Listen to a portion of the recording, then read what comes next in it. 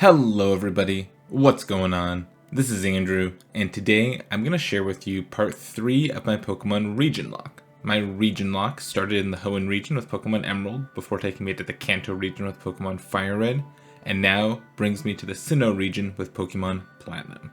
I hope to complete a continuous Hardcore Nuzlocke through every Pokemon region.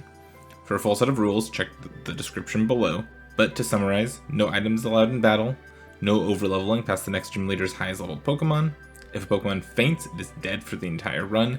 And I'm playing with Species Clause, meaning if I catch a Zubat, I'm only allowed one Zubat per game. But if I caught a Zubat in Fire Red and it didn't die, I'm free to catch it again in Pokemon Platinum.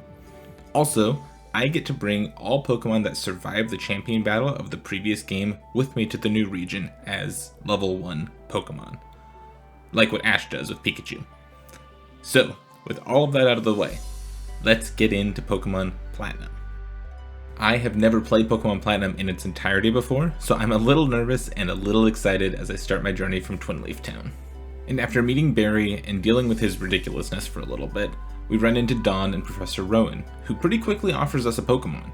So now I get to make the first important choice of the run.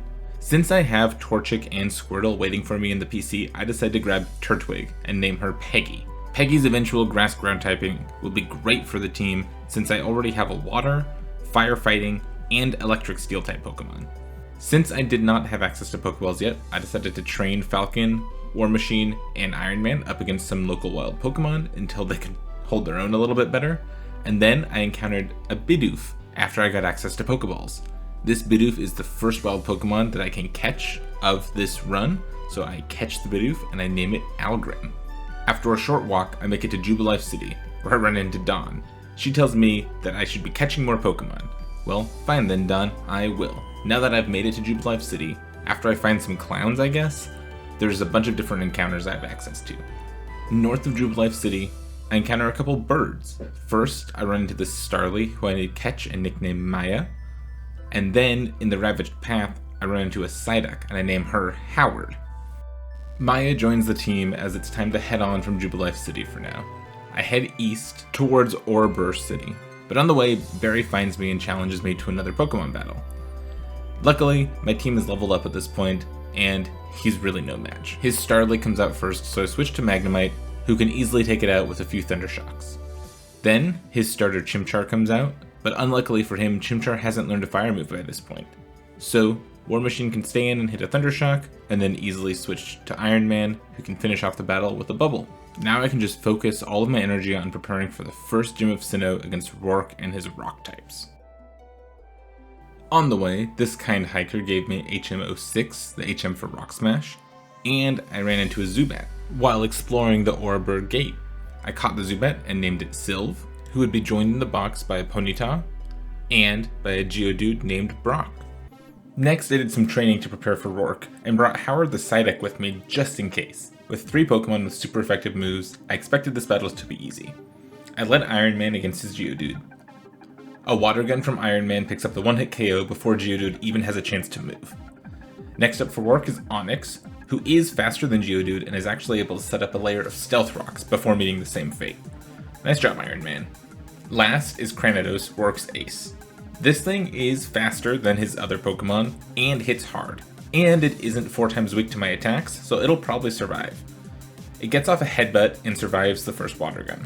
After Rourke heals, Iron Man just barely misses out on the knockout. That Cranidos must have 1 HP left. But on the following turn, Cranidos' Headbutt flinches Iron Man, and now Iron Man's at risk and can't stay in. I switched to Peggy, thinking that she won't take too much damage from Headbutt, but she takes way more than I expected, and now she's at risk too. After thinking about it for a second, I end up switching to WarMachine, whose steel typing helps shrug off Cranidos' attacks. From there, a Thunder Shock is more than enough to pick up the win. Whew, that Cranidos is scary, but I was able to survive with no deaths, and pick up my first gym badge. As I passed through Floaroma Town, I heard that an evil organization had invaded the Valley Windworks. I went to investigate, and on the way, Torchic evolved into Combuskin, and Squirtle into Wartortle. This would be a great power-up for my team right before facing the Galactic Commander. I'd heard about Team Galactic and their shady dealings, but after dealing with Team Aqua, Magma, and Rocket, I was determined to use my experience to intervene. so I challenged Commander Mars to a battle, and led Combusken against her Zubat.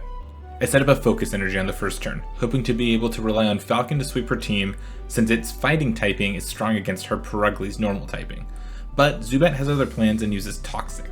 I held P.E.K.K.A Berry heals the poisoning the first time, but Zubat goes for Toxic again after Falcon lands an Ember. A second Ember does take out the Zubat, but now Falcon won't be able to sweep. Falcon eats a Fake Out on the first turn from Mars' infamous Perugly, and then it has to switch out. So I go into WarMachine, who's able to paralyze and confuse the dumb cat. After that, it's pretty safe to go for Metal Sound to lower its special defense, and a held Oranberry keeps WarMachine safe. After that, 2 Thundershocks fry the cat, and that's Commander Mars defeated. With Team Galactic taken care of for now, I can continue on my journey. I head north towards Eterna Forest, and on the way I run into this adorable electric squirrel, which I catch and nickname Aisha.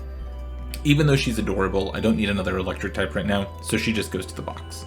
And while battling some trainers outside the forest, Peggy, not wanting to be left behind the other starters, reaches level 18 and evolves into a Grottle. Now my team is looking really powered up. This is awesome. I easily made it through Eterna Forest with Cheryl's help, and I headed straight to the Eterna City gym. Gardenia welcomed me and told me that I had to take on her gym trainers before I challenged her. So I decided that this was a great time to train up Sylve, my Zubat. I brought him with me to the gym, and while battling the trainers, he evolved into a Golbat right at the level cap. And now with my training done, I returned to the gym to take on Gardenia. Her Roserade can be a bit of a challenge this early in the game, but I've got a pretty solid plan. I lead Falcon against her Turtwig. It's really cool that she gets to use a starter Pokemon, but this Turtwig is no match for Combusken. I use Ember, doing over half, while Gardenia sets up a Reflect. Wanting to waste a turn of Reflect, I use Focus Energy while taking a small amount of damage. Then, my second Ember can take out the Turtwig. Next up is her Cherim, who uses Leech Seed on the first turn. My Ember looks like it does just barely over half, but it gets the burn. This means the burn damage can offset Leech Seed's healing, so Ember is still a 2-hit kill. So my second Ember takes it out, and Roserade comes out next. When Roserade comes out, it's time to switch out Falcon. I go into my newest team member, Sylve. Golbat 4 times resists grass attacks, and now that the Reflect is worn off, Wing Attack will deal huge damage to Roserade. I held Cherry Berry shrugs off paralysis from her first Stun Spore, forcing her to go for another on the following turn, which lets me get off a free Wing Attack for huge damage. Her Berry activates, but another Wing Attack will still do more than enough from here. A Grass Knot does very cute damage to Sylve before Sylve breaks through paralysis to hit Roserade for the knockout. And that's a very easy second badge for me. Sinnoh's going great so far.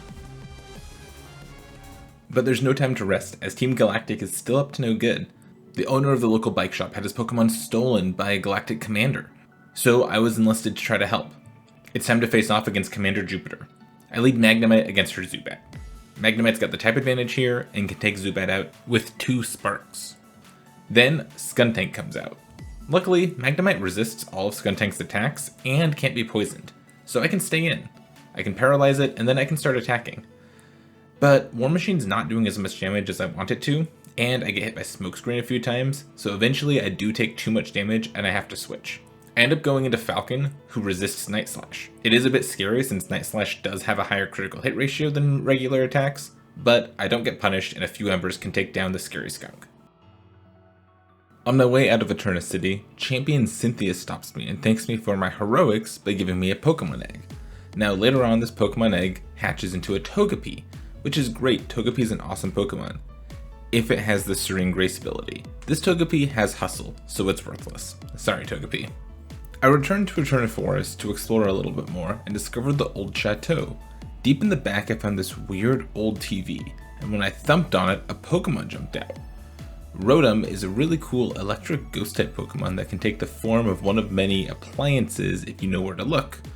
Luckily, I knew exactly where to look, so I caught the little electric ghost and took it to the Galactic headquarters with this special key that I found. Now I can have Rotom take one of these forms and learn a brand new attack. I shove it into the freezer and it learns Blizzard right away. That's so cool. In this game, the form doesn't change Rotom's type like it does moving forward, so it's still just an electric ghost that looks like a freezer. That's cool. On the way to Hearthome, I kept catching Pokemon, including a Gligar named Marvel and a Badoo named Dave. They just went to the box for now, but they'll make their appearances soon. After that, I explored the city and started training up for the gym. Fantina is a notoriously tough third gym leader, so I wanted to make sure I had all my ducks in a row before I challenged her. The last thing I had to do was evolve Sylve the Golbat into a Crobat, and then it was time for me to face my biggest challenge yet. Fantina's Mismagius is terrifying. It has great stats for this early in the game, and a scary special attack stat, and really good special coverage to boot. Luckily, the battle starts out great for me, as I lead Sylve into her Duskull. Sylve starts with a bite, which lands a flinch, and guarantees a knockout for me on the following turn. Nice! I'm hoping my team can keep the luck up against Mismagius. Fantina's Ace comes out next, and I'm gonna need things to go my way from here on out. Usually Crobat has a good attack stat, but this Crobat, Sylve, has an awful attack stat and won't be able to stand toe-to-toe with Mismagius. So I figured the best and safer option would be to confuse the Ghost and then switch to WarMachine. Since WarMachine resists all of her attacks, I should be able to paralyze it and hit at least one metal sound to lower its special defense before switching into Peggy. But instead, she snaps out of confusion immediately on the switch and then gets a crit on the following turn, knocking out my reliable Magnemite. I'm pretty sure that the only way Magnemite died here was to a high roll crit, and of course that's what I got. Well, now I need a new plan. Confusion's worn off and I didn't get the paralysis off either. So I go into Peggy, who is pretty bulky and can hit hard with a bite, which activates Mismagius' Citrus Berry. Then Peggy gets confused and hits herself in confusion twice in a row after taking a Shadow Ball, which ends up knocking her out too. Ugh. Iron Man comes out next, who also knows bite, but he gets confused, hits himself in confusion, and then dies to a crit Magical Leaf. What is going on? That's okay. I've lost a bunch of team members, but Sylve might still be able to salvage this. Sylve can survive a Psybeam, and might be even able to pick up the kill here. But the Ghost survives on what must be 1 HP. And then it must have felt backed into a corner or something, because this Mismagius hits its third crit of the battle, knocking out Sylve with one more Psybeam. I'm feeling pretty helpless here, because I know Fantina is going to heal on the next turn. I send out Falcon and go for a Focus Energy, but the writing's on the wall. Ember does basically no damage, and this Mismagius is faster than both Falcon and Shocker. And she's got super effective attacks against both of them to boot. Eventually they both go down, fighting their way through it, but it's just not enough. So that's it. I guess I'm done. I lost to Fantina's extremely lucky Ghost in a hat, and I don't know what to do from here. I should be done. I should just go home to the Hoenn region and call my journey a wash. And that's what I would do if this was a normal run, but this isn't just another run. I hear a voice telling me to keep it up, to try again. And that voice, I realize, is Howard the Duck's voice. I rush to the PC, lay my old friends to rest, and begin to strategize my comeback tour with Psyduck, Howard the Duck, as my new partner. Let's get this done. Maya the Staravia, Marvel the Gligar, Dave the Budew, Aisha the Pachirisu, and Algrim the Bidoof join Howard the Psyduck for my rematch with Fantina. And after quite a bit of grinding, a bit of a training montage, I am ready for the rematch. I lead Marvel into Duskull, who can take out the Spooky Ghost with just 2 feint attacks. Unfortunately, the Duskull got off a Future Sight before he went down. When Mismagius comes out, I can switch into Maya, who's immune to the incoming Shadow Ball, but Maya takes a bit of damage from Future Sight. This is actually kind of important. Then she tanks a Psybeam before hitting a Pluck, which steals the Mismagius' Citrus Berry at least. Nice. I decide that I need to try to save Maya for later, so I switch into Aisha, who has a much higher special defense stat than you might think, so she doesn't take too much damage from the Psybeam. Mismagius then outspeeds and hits a Confuse Ray when I try to go for Sweet Kiss, and Aisha hits herself in confusion. I go for it again, shrugging off the Shadow Ball, and snap out of confusion to confuse the Ghost. Then I stay in and hit Spark, which barely misses out on the KO. I know Fantina will heal here, so I'm trying to figure out my best course of action. I decide to go into Marvel and hit a Feint Attack, which does good damage, but now Marvel's way too low to stay in. I decide to go back into Maya to blank the incoming Shadow Ball, and then I know what has to happen. Maya just has to deal some damage while she can. She gets hit by a Psybeam down to literally 1 HP, and then gets confused. Seriously? She hits herself in confusion and goes down. Sorry, Maya. Howard comes in just to get hit by a Magical Leaf, and now I'm really flailing here. I forgot she had that move. I decide I need to sack Algrim the Bidoof to get a free switch back into Aisha, who has the highest health and special defense on the team. She survives the Shadow Ball and lands Sweet Kiss for the confusion. Then Miss Magius hits herself in confusion, Spark gets the paralysis, so now Aisha can outspeed and take her out on the following turn. Way to come up clutch, Aisha. The battle isn't over yet though, my team's hurting, so I have to switch into Dave against the Haunter. Dave's job is just to hit a stun spore before I can switch back to Marvel, who can take Haunter out with 2 feint attacks while Haunter just stays paralyzed. This battle was rough, and I did not play perfectly over either of the battles, but my new team members were up to the task, and so my journey continues. I cannot wait to leave this city and start catching some new members, so I rush into the tunnel, and Barry challenges me to a battle. I totally forgot about this rival fight and was not prepared.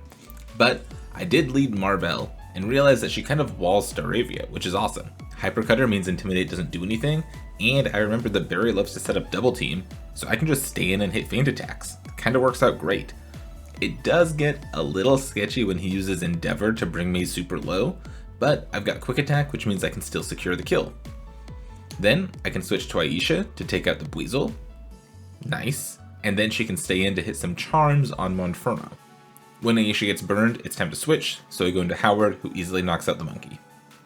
Last up is his Roselia, and I honestly don't have a great plan here. I switch to Dave and hit Stun Spore, and then just start using Mega Drain. A lot.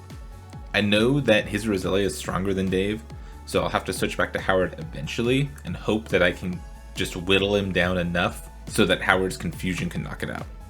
So Dave is just putting in a lot of work, trying to whittle down this Roselia, and once Dave is too low, I switch into Howard, and just barely don't knock it out with confusion. Luckily, Barry just goes for Stun Spore, so I cross my fingers, but I get fully paralyzed. Roselia hits a Mega Drain, but doesn't crit, so Howard holds on, and then finally he can knock out Roselia with confusion, as the healing from Mega Drain was not enough to save it. Howard pulls through. Oh. Now I am so happy to move on from this terrible, terrible city. I am so glad to be back on the road heading towards Veilstone City. On the way I catch a Ralts, who I gladly welcome to the team. This awesome Psychic-type Pokemon is a great addition as I prepare for the Fighting Gym, which is up next. It soon evolves into a Kirlia, and then into a Gardevoir. Awesome. Once I make it to Veilstone City, I explore a little bit, and I meet this guy who wants to give away a Porygon. I accept the new duck thing and name it Howard, and then I head to the gym. Maylene, unlike Fantina, was quite simple. After training up Howard and Wanda in the old chateau against Ghastly, their special attack is pretty high, and so I can just lead Gardevoir holding a Mind Plate against Maylene's first Pokemon, who can 2-shot the Meta-type. Unfortunately, it does get off a Rock Tomb, so the speed drop might be an issue, but it's not. The Machoke still doesn't outspeed, so Wanda can outspeed and knock it out with a single confusion. Last is Lucario, and as far as I can tell, Lucario should always go for a Metal Claw against Gardevoir, so I switch into Pachirisu, who resists the attack. Then I want to pivot to Marvel, who I taught the Earthquake TM to, because Lucario should obviously go for Bone Rush against the Pachirisu, right? Wrong. For some reason the Lucario goes for Force Palm, but luckily it doesn't do that much damage to Marvel, who was also holding a Cherry Berry just in case she did get paralyzed, and a few Earthquakes from here finish off the Lucario. That's 4 badges down, and I'm feeling good. Now it's time to build some momentum and continue powering up the team. Howard and Howard both evolve into Golduck and Porygon 2 respectively, and Dave finally decides that he loves me enough to evolve into Roselia. I'm feeling really confident going into the Pastoria City gym. And the gym battle actually goes exactly according to plan. Aisha is super fast, so she can come out first and one-hit KO the scary Gyarados with a 4-time super effective discharge. Then, I can switch to the new and improved Dave on Quagsire. A 4-time super effective Giga Drain, which I relearned at the Move Relearner, makes quick work of this goofy Axolotl. Sweet! Last is the speedy but frail Floatzel. Porygon 2's ability, Download, raises its special attack when it comes out, meaning that a single Thunderbolt, which I bought the TM of at the Veilstone Game Corner, is more than enough for a KO as long as Howard survives 2 attacks. And they do pretty easily, winning me a straightforward 5th gym. After taking care of all of the chores that I have in Pastoria City for now, I head back north towards Celestic Town. I catch Bronchar the Houndour and Mainframe the Duskull on the way. Both head to the box for now, and now that it's nighttime, I can actually level up Marvel while holding a Razorfang to evolve her into Gliscor. She looks so cool. I love this Pokemon, and I'm really excited to use Gliscor for the rest of the run. After a bit of exploring, I make my way to Celestic Town and meet Cynthia's grandmother. But while I'm there, I find that Team Galactic is up to no good here too. It's time for my first face-off against the boss, Cyrus. Luckily, he's a bit of a pushover this time. I can lead Howard against his Sneasel, who can hit Signal Beam, and then use Recover to stay healthy before taking out the Sneasel with another Signal Beam. I do more or less the same thing for Golbat, using Recover to stay healthy and Thunderbolt to deal damage. I get the Paralysis on the bat too, meaning I can outspeed it and take it out, moving on to his last Pokemon, Murkrow, at basically full health. From here, one more Thunderbolt is more than enough to zap the Crow. Great job, Howard. Instead of beelining straight for Canalave City, I decided to explore a little bit, and at the Fuego Ironworks, I run into a Floatzel. While trying to catch it, it landed a critical hit crunch on Wanda, killing her in a single shot. I totally forgot that Floatzel learned Crunch, and I didn't expect it to deal so much damage, especially since I was at such a higher level. So sorry, Scarlet Witch. Rest in peace. Since I now had an open slot on the team, I needed to find a replacement, and I decided to train up Bronchar, the Houndour. Since Steel and Ice are the next couple of gyms, I figured that a speedy fire type would be the perfect fit. He evolved into Houndoom before I made my way west to Canalave City. In Canalave City, before I can challenge the gym, I have another battle with Barry. He doesn't cause me any problems because my team is pretty strong and diverse right now, so I'm just going to skip over this battle. Just know that I'm going to skip the rest of the Barry battles, and I'll come back to him towards the end of the run. The last thing that I need to mention before I head into the gym is that I found a shiny stone when I was exploring Iron Island, which means that I can finally evolve Dave into his final form, the very stylish Roserade. Now I'm ready to take on Byron, the Steel-type gym leader, and Byron's pretty easy this time. Marvel comes out first and outspeeds Magneton and knocks it out with an Earthquake. Then I can switch to Howard when Steelix goes for Ice Fang. Howard then just uses Surf twice, knocking out Steelix and Bastiodon in one attack each. Awesome, thanks for the badge, Byron. See you later. With that done, Team Galactic starts launching attacks and setting off bombs all over the region. What's going on? Professor Rowan asks me to help stop them, so I head straight to Lake Valor and confront Galactic Commander Saturn. I lead Howard against his Golbat, who can take it out with just a couple Icy Winds, and then it's a switch to Howard. They launch a Signal Beam at Bronzor, knocking out with a single critical hit, and then Toxicroak comes out, but a single 4x super effective Psybeam destroys the Poison Dart Frog. Get out of here, Saturn, stop doing bad things. Continuing right along on my Whirlwind Take Out the Bad Guys tour, I've got a rematch with Commander Mars. Howard once again leads for me, taking care of Golbat easily with a couple Surfs. And then another Surf barely misses out on the knockout on Bronzor, who does hit Howard with a Confuse Ray. This actually gives me a good excuse to switch into Marvel, who can shrug off an attack from Bronzor. Then I go for a Swords Dance, and then eat my Person Berry to cure the confusion. Firefang then takes out Bronzor, and then Mars sends out Purugly. Purugly's a little annoying, because it can use Fake Out, but eventually an Earthquake takes out the cat in just one hit, the first time I hit it. With Mars defeated, I need to rush north to Lake Acuity and Snowpoint City.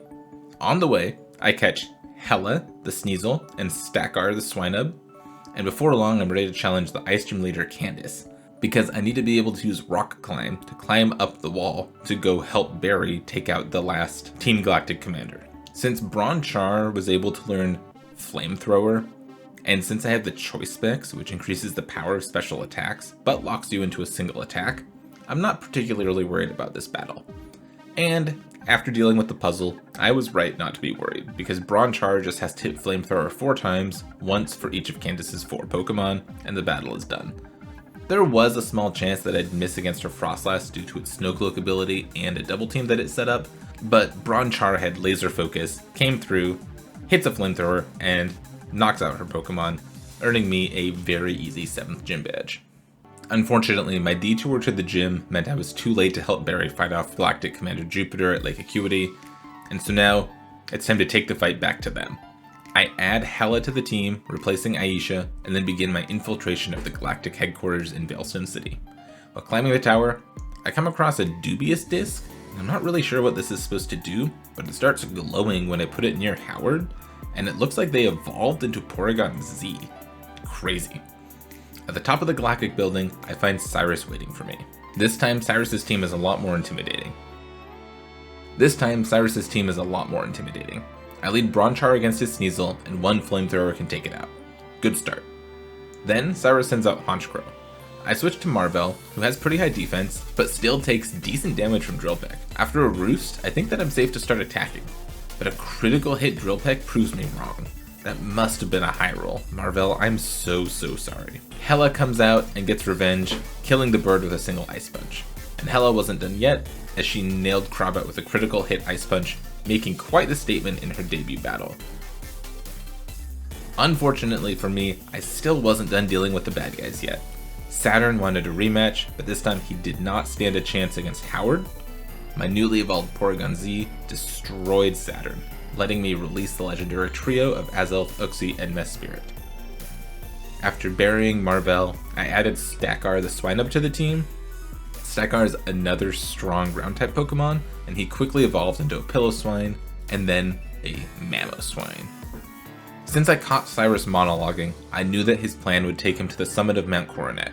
So I ascended the mountain, and on the way, Hela leveled up holding a Razor Claw, evolving into the powerful Weavile.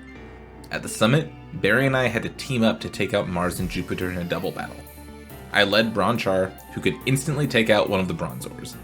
Since he got confused though, I decided to switch out into Howard, who instantly gets poisoned by Skuntank's Poison Jab, while Barry just goes for another stockpile. Barry, can you help or something? I switched to Howard, who tanks Skuntank's attacks pretty well before hitting a Surf. I decided to disable Skuntank's Poison Jab and then switch to Bronchar, who tanks a crit Night Slash on the switch. Flamethrower though is enough to torch the skunk, but Bronchar can't stay in. Barry finally does something and kills Bronzor, and I have to switch to Hela. Unfortunately, this means that the Bronzor, which wasn't doing much damage, is now gone, and the Perugly is out. Luckily though, on the next turn, my new Weavile Hela can take out the Golbat, but I'm really scared of how much damage Perugly can do. Luckily, it just goes for a Screech, so I can switch out into Stakar in the following turn.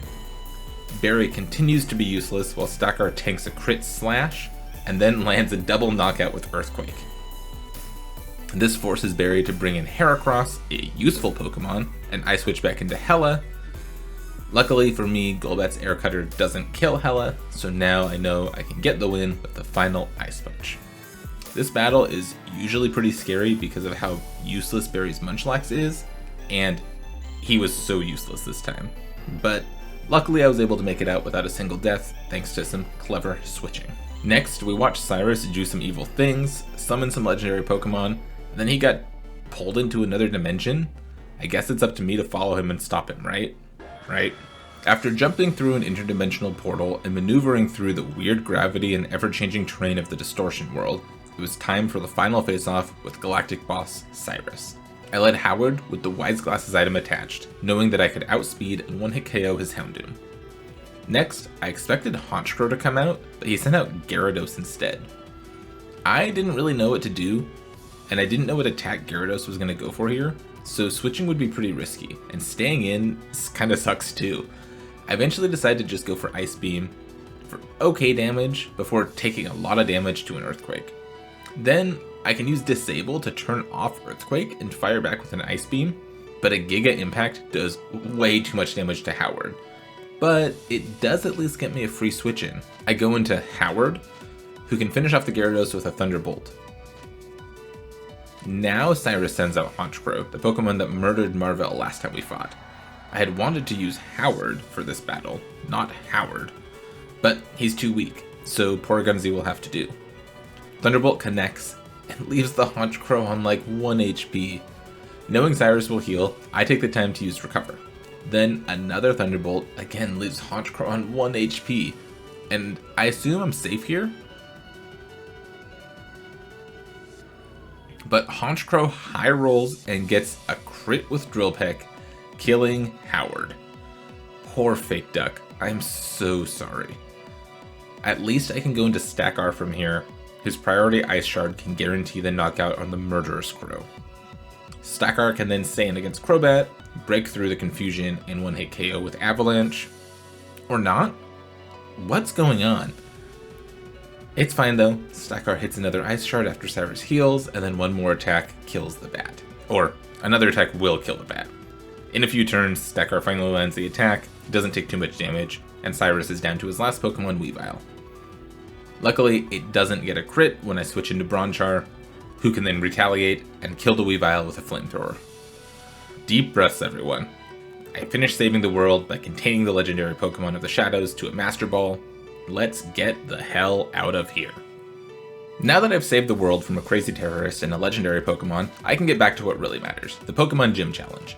I add Aunt May, the Tentacool, to my team, who evolves into a Tentacruel after a bit of training. Then I spend some time running around Sunyshore City, seeing the sights, looking for the absent gym leader. You know, the usual. I finally find Volkner and tell him to go do his job so I can challenge him for my 8th and final gym badge. Getting through his gym was pretty easy thanks to Stakar, but Volkner is actually going to be kind of tough here. Stakar's ice typing means he's weak to Jolteon's Iron Tail, and it would take way too much damage and potentially just knock him out in one shot, so I need to get a little creative. I end up leading Dave against his Jolteon, who can take down the Lightning Doggo after a few turns thanks to Giga Drain and Sludge Bomb. This baits his Luxray to come out next, which will try to go for Fire Fang, seeing the kill on Dave. So I can switch into Howard, who takes basically no damage from Fire Fang, and then pivot into Stakar, who's immune to the incoming Thunder Fang. Stakar outspeeds the Luxray and can one-hit KO it with an Earthquake. Raichu comes out next, and Raichu wants to outspeed me and hit a Focus Blast, which would kill me. So I switch into Aunt May, who resists the attack. Aunt May's huge special defense stat means that I'm not even scared of a crit Charge Beam from the Raichu, and 2 Surfs are more than enough to take out the Electric Mouse. Sweet. Now when Electivire comes out, I can switch back to Stakar, who blanks the incoming Thunder Punch, and can outspeed and kill the Electivire on the following turn with one final Earthquake. Volkner was tricky, but I came up with a really solid strategy, and it worked perfectly. And that's all 8 gym badges collected. And now it's on to Victory Road, and I've got such a sweet, balanced team, I'm not really worried about anything. Except, I guess, a critical hit Psychic from this guy's Porygon Z after surviving a Sludge Bomb. I'm like 2 HP. Damn it. Sorry, Dave. I should have been more careful. Rest well, buddy. Luckily, I make it out of the cave without any more issues, and I arrive at the Pokemon League. Now it's all about preparing for the Elite Four, and trying to come up with the best team of 6 I can to guarantee victory. I catch a Rhydon in Victory Road, and Rhydon's like my favorite Pokemon ever, so this might be a good chance to bring it with me as the 6th member to the Elite Four. Then, I go and try to find the Black Sludge item by using Thief on Wild Crogunks. Unfortunately, Krogunk are only found on this route, and they only have a 10% encounter rate, and they only have a 5% chance to be holding the item. So it takes a little bit of time, but I do finally get a Black Sludge item, which is a great item for Tentacruel to be holding going into the Elite Four. While hunting for this item, I spent a lot of time planning and thinking about who to bring with me to the Elite Four. I figured that Rhydon actually wouldn't be the best choice. Instead, I went back into the box and got Mainframe the Duskull. With a bunch of training at Iron Island, Duskull evolved into Dusclops and then Dusknoir. Dusknoir is really important for my plan for Cynthia, and is a great defensive pivot Pokemon. I have one last face-off with Barry before heading into the league, but Barry hasn't really learned from his mistakes. Barry leads with a Staraptor, and I lead with Howard. I can outspeed and one-hit KO it with an Ice Beam. Then he sends out his Roserade, so I can switch to Houndoom, who doesn't take very much damage, and a single flamethrower is more than enough to torch the stylish plant. Next, he sends out Floatzel. Floatzel is a physical attacker, so I can switch to Tentacruel, and I can do something cool here. My Tentacruel is also a physical attacker, so I can use Barrier to make sure I don't take much damage while getting recovery from Black Sludge, and then I can use Swords Dance to set up. Poison Jab plus Waterfall means that I have good attacks against the rest of Barry's Pokemon, and Tentacruel can just sweep from there. Awesome. I love this set of attacks on Tentacruel. With Barry out of the way, all that's left is to get the last couple items and finalize my plan for the Elite Four. These are my Pokemon heading into the final challenge, and these are their attacks right now. I set them all to level 59 to match the highest level of Lucian's Ace, and I'm feeling pretty good. Aaron, the Bug-type specialist, is the first member of the Elite Four, and I wish I could say he was a challenge because that's more interesting, but he's not. I give Houndoom the choice specs, and then I flamethrower everything. Everything dies in one hit. Houndoom's an awesome Pokemon. Aaron was easy. Moving on to Bertha. Bertha is a little bit harder than Aaron, but not by a lot. I've moved the choice specs to Howard for this battle, who can outspeed the Whiscash and kill it with 2 water attacks. She sends out Gliscor next, who knows Thunderfang, so I switch to Stakar, who then can use Ice Shard to kill it before switching back to Howard on Golem. But for some reason, she didn't even go for Thunderfang on the Gliscor, she just went for Earthquake, which is fine, Mamoswine survived the attack, but I'm not really sure why she went for that attack. But that's fine, I switch back to Howard. Howard outspeeds the rest of her Pokemon and kills everything with a Surf. And Howard's gonna continue his tear through the Elite Four. A Choice Specs boosted Surf from Howard kills all of Flint's Pokemon in one shot, and Howard is just a monster at this point.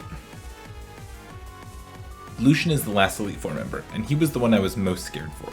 He's not as straightforward as the others, and ultimately, I had a plan that kind of fell apart. I led Bronchar into his Mr. Mime, who can kill the Mime with a Dark Pulse after setting up one nasty plot. I was hoping to use this +2 boost to kill a couple of other Pokemon before the Gallade came out, but Lucian didn't cooperate and sent out his ace right away. So now I have to adapt a little bit. I can't stay in here, so I switch into Mainframe. Drain Punch would have killed Bronchar, but misses Mainframe, but the following Psycho Cut does land. Luckily, so does Mainframe's Will-O-Wisp. This cuts Gallade's attack and is going to deal some damage over time. I switch into Hella, who's immune to the incoming Psycho Cut, and then I go back to Mainframe on a Drain Punch. All the while, this burn is chipping away at Gallade's HP. When Gallade gets to about half health, Hella can just stay in and outspeed with Night Slash, knocking out the Gallade. But Bronzong comes out next. I'd planned to kill this tin can with Bronchar already, but now I've got to improvise even more. I switch into Howard, who can outspeed and take out Bronzong with 2 Surfs while it just sets up Calm Minds. It doesn't do anything, that's awesome. Alakazam comes out, and he is another new problem. I have no idea what attack it's going for here, but I'm guessing it'll try Energy Ball. So I switch into Bronchar, and yes, I guessed right. It went for Energy Ball, which doesn't deal a lot of damage to Bronchar. Now I just need to switch into Mainframe on the incoming Focus Blast, and then go into Weavile on a Psychic, who can outspeed and one-hit KO with Night Slash for the one-hit. But for some reason I skip a step here, and I switch straight into Hella, who just dies immediately to a Focus Blast. I just got ahead of myself and went straight to Hella, even though I had the win in my hands. Well, that was really dumb. Sorry, Hella. Now what? I go into Howard, who gets off a Surf but takes huge damage from Energy Ball. But now I know Lucian will heal, so I click Surf again, which again leaves Alakazam in the red. I switch to Mainframe, who tanks an Energy Ball, and then go into Bronchar on a Psychic. Then it's a switch back to Aunt May on a Focus Blast, and then a Protect for more Black Sludge recovery. I decide that the best option from here is just to stall out Alakazam with Focus Blast PP, so I switch back and forth a little bit, and once it's out, I can set up a nasty plot with Bronchar before just killing the Alakazam. Even though Alakazam was low, I needed the nasty plot boost to make sure that I could outspeed and one-hit KO the Espeon that he still has left in the back. One more Dark Pulse is all it takes, and Espeon goes down. I feel really lucky to have made it out of the battle with only the one death after the misplay, and Hella, I am so sorry for my mistake there. Going into the Cynthia battle, I'm nervous, but I'm excited to have a chance to prove myself as the new champion of the Sinnoh region. Since I lost Weavile to Lucian, I'm going to need to adapt my plan a little bit, because Weavile was going to outspeed and one-shot the Garchomp, so now I need to come up with something else. But before I can even get to Garchomp, I need to figure out how to take care of Cynthia's first couple of Pokemon. The plan I came up with involves leading with Howard and using Amnesia to set up to +6 special defense, since most of Cynthia's Pokemon are special attackers. Once I'm set up, I can use Surf to take out Spiritomb, I can use Ice Beam to take out Roserade, and I can use Ice Beam again to take out the Togetic. Howard's Citrus Berry keeps her relatively healthy, and a fortunate freeze on Togetic means that she only needs to take one Shockwave from the weird airplane fairy thing, though she does drop to just 26 HP before finishing off half of Cynthia's team. Howard just put in work this Elite Four. Then Garchomp comes out, and like I said, I don't really know what to do here. I figure I have to try to weaken Garchomp's attack stat, because Garchomp is a massive physical attacker, so I switch to Mainframe and hit a Will-O-Wisp. And this was actually crucial, and now I figured out what needs to happen. Stackar, my Mamoswine, knows Ice Shard, which always goes first, but isn't quite strong enough to knock out Garchomp from this range. But if it loses enough health to burn, Stackar can finish the job. So I need Mainframe to take another attack here and go down so I can get more burn damage on the Garchomp. Then, after Mainframe's Valiant Sacrifice, Stackar can come out, protect for a turn, get more burn chip damage, before finally going for Ice Shard, and thanks to the boost from Never Melt Ice, it does get the knockout from here, which is awesome. But now I need to deal with Lucario. I had planned to use Mainframe as a pivot Pokemon to blank Aura Sphere, but obviously that won't work. So I switched to Aunt May, who shrugs off the incoming Stone Edge. Then I protect to get more Black Sludge recovery, and decide to use Barrier. This makes the next Stone Edge do basically nothing, and gives me another turn to use Protect to get more health back. Now I realize that Lucario is going for Shadow Ball, so I could probably safely switch to Bronchar and then use Flamethrower, but Cynthia's last Pokemon is a Milotic in the back, so I decide to stay in. I use Swords Dance and then a Protect, and then start attacking with Waterfall. Aunt May doesn't take too much damage here, and Lucario goes down after just 2 attacks. Last is the aforementioned Milotic, who can't do much to May here. I protect on the first turn to get more recovery, and then attack. Waterfall looks like a 4-hit from this range, and Milotic wastes a turn going for Mirror Coat. Haha, my Tentacruel's a physical attacker, Milotic. After taking some damage from Dragon Pulse, and knocking Milotic to half, I use my last Protect PP to get more Black Sludge recovery. Then, Aunt May decides that she's seen enough and lands a critical hit with Waterfall, knocking out the Milotic and winning the battle, and the run. And that's it. I'd completed a Pokemon Platinum Hardcore Nuzlocke, and part 3 in my quest to complete a Region-Locke. This was a bloody journey, but I finished strong and I got it done. Rest in peace and thank you to all of the friends that I lost on the way, but a special shout out to Mainframe and Hella.